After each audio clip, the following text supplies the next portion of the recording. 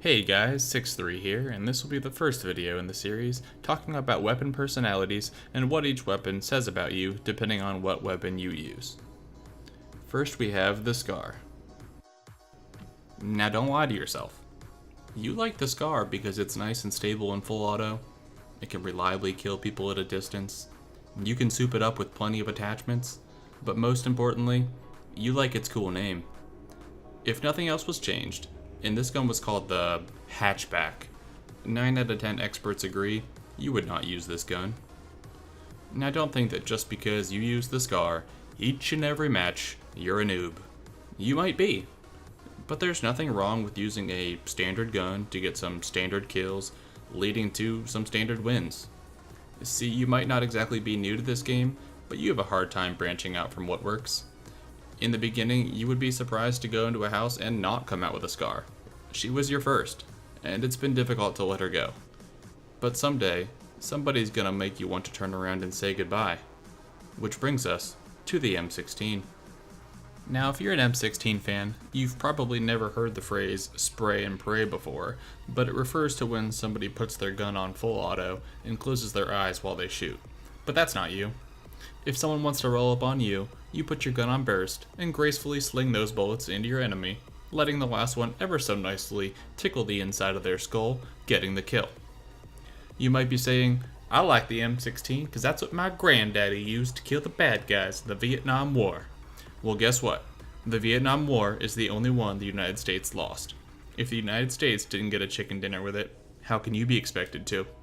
All in all, you've got to be a little bold using the M16 since it does require some precision, but don't let that go to your head. Moving on to the M4. Now I already know why you like the M4. That's the gun that SEAL Team 6 used to kill Osama bin Laden. Well, I heard they all had tactical stocks and angled grips on it, so make sure you're using this weapon responsibly.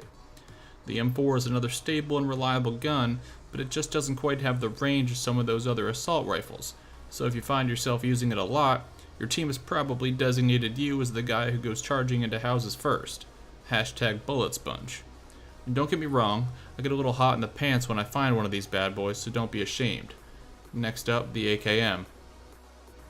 Everybody's got the guy in their group who always seems to find an AKM every match.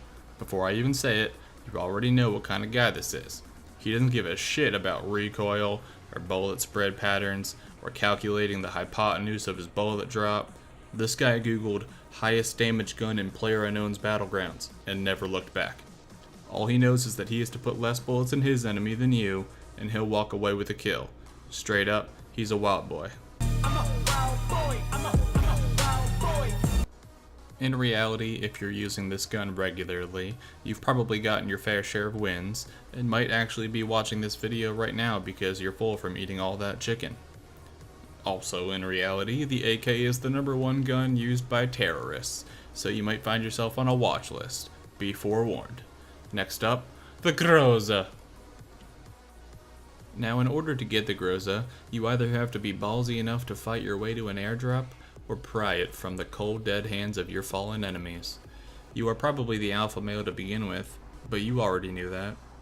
Put a Groza in your hands, and you are now the Lord Emperor of that match. With such a distinct sound when it fires, you sail your battle cry across the lands and assert your dominance every time you shoot. Sometimes you find that it's difficult to get kills with the Groza, not because you can't hit your target, but because enemies flee when they hear the sound of certain death charging their way. This isn't the Nerf gun Summer League, and that's one badass gun. Thank you guys so much for watching and for coming here to find out who you really are. If you enjoyed the video, make sure you hit that subscribe button for more and let me know in the comments below. See you on the Battlegrounds.